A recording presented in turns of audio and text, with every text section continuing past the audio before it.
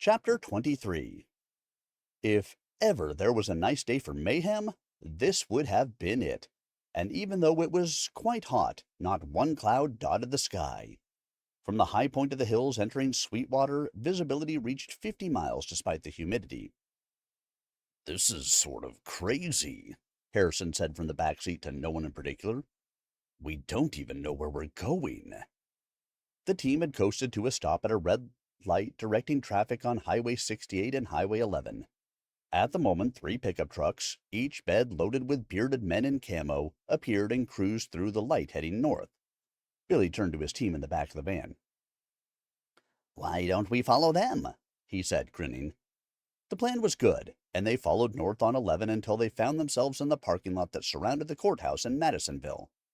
The crowd was disjointed. Men with rifles milled around and spoke to one another and conversed before comparing guns and supplies. Several other pickups arrived, and from nowhere the gathering seemed to grow, a concocted petri dish of backwoods humanity.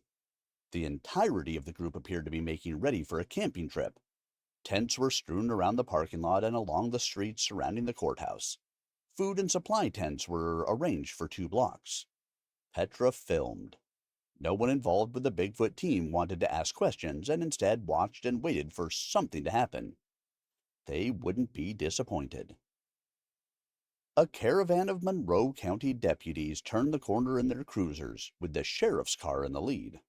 He slowed, making a dramatic entrance, to stop at his parking spot, in front of a sign that read, "Tinker."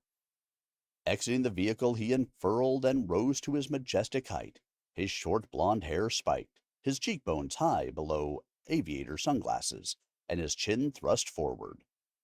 He stood to allow the moment to penetrate his followers before striding to the steps and taking them two at a time until he reached the building's landing and turning around once more.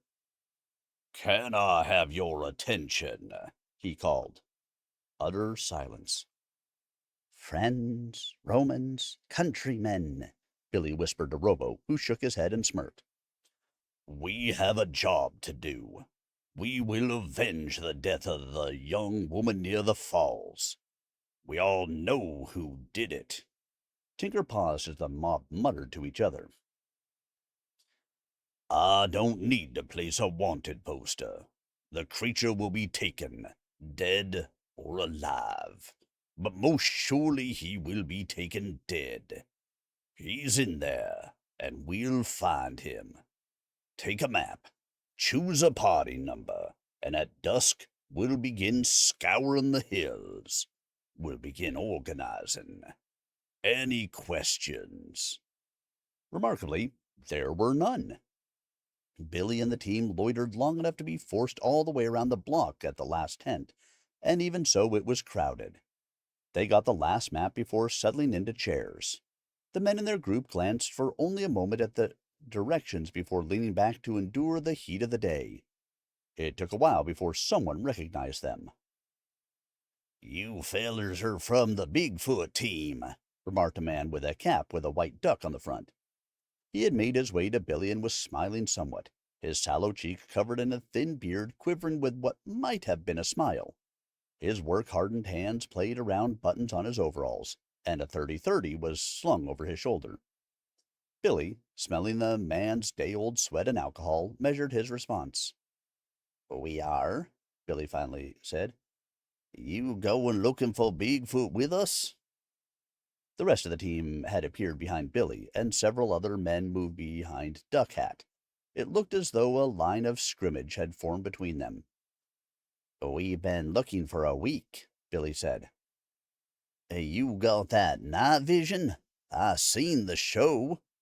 "We do have night vision," Billy replied, looking for an exit, but failing. "We might see him in the dark 'fore he sees us," Duck Hat laughed, revealing gaps where his two front teeth had been. Almost subconsciously, he readjusted his rifle. "It's been the plan." "You got guns, too?" "Oh, we don't have weapons. We don't plan to kill Bigfoot." "You don't plan to kill Bigfoot," the man uttered. "You know he done killed a girl. What more you want?" "We don't know that a Bigfoot killed her. Billy began. "It would be highly unlikely that a Bigfoot—" Sheriff said so, the man interrupted. said the Bigfoot did it. Now you gonna go and take up for that creature? What kind of man are you? "I—" You ain't got no business even being out here." At that point, Billy got extremely lucky. A line of what appeared to be park rangers walked by the tent, striding with purpose toward the front of the gathering and toward the sheriff's tent. Without speaking, Billy tugged at Robo, and the rest of the team followed. They didn't hear the initial greeting, but did arrive in time to see the sheriff nose to nose with what turned out to be a game warden. "Mike, we've known each other for a long time," they heard the sheriff say. "We have every right to comb those woods for clues and to flush that creature out." "Sheriff, I can't let you go in there with all these guns. It can't happen. Someone will." "Mike, we're going in those woods." "Don, I'm in charge of the federal lands." "Listen, we're going to find that Bigfoot.